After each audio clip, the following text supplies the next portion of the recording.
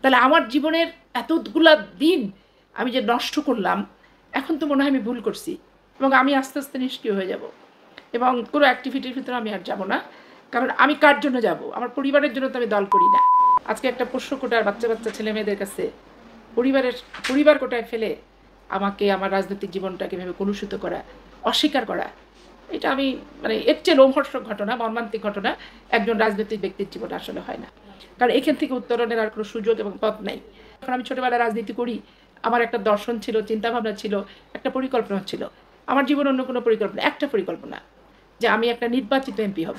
এখন আমি এরকম একটা ছাত্র দল থেকে তৈরি হয়ে আসা একটা মেয়ে এবং এত কন্ট্রিবিউশন, এত দলের প্রতি আনুগত্য রাখার পর এতগুলো মামলার আসামি, তাছাড়া পলিটিক্যাল মামলা আমি যে লিখলাম, 5ই জানুয়ারি 2015 বাংলাদেশে কোনো ঘটনাই ছিল না।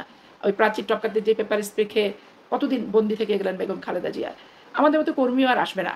তো তখন তারা বুঝতে পারবে যে সিদ্ধান্তটা ভুল ছিল না পাপিয়ার ক্ষেত্রে রাইট ছিল, এবং এটার সংশোধন কিংবা তখন পস্তালেও আর কিছু কিন্তু পাবে না। কারণ আমাকে তো আর এখানে সক্রিয় করার কোনো সুযোগ নাই। কিন্তু আমি যেহেতু একটা দল করি, এটা আমাকে মেনে নেওয়া ছাড়া আমার কোনো পথ তো নাই।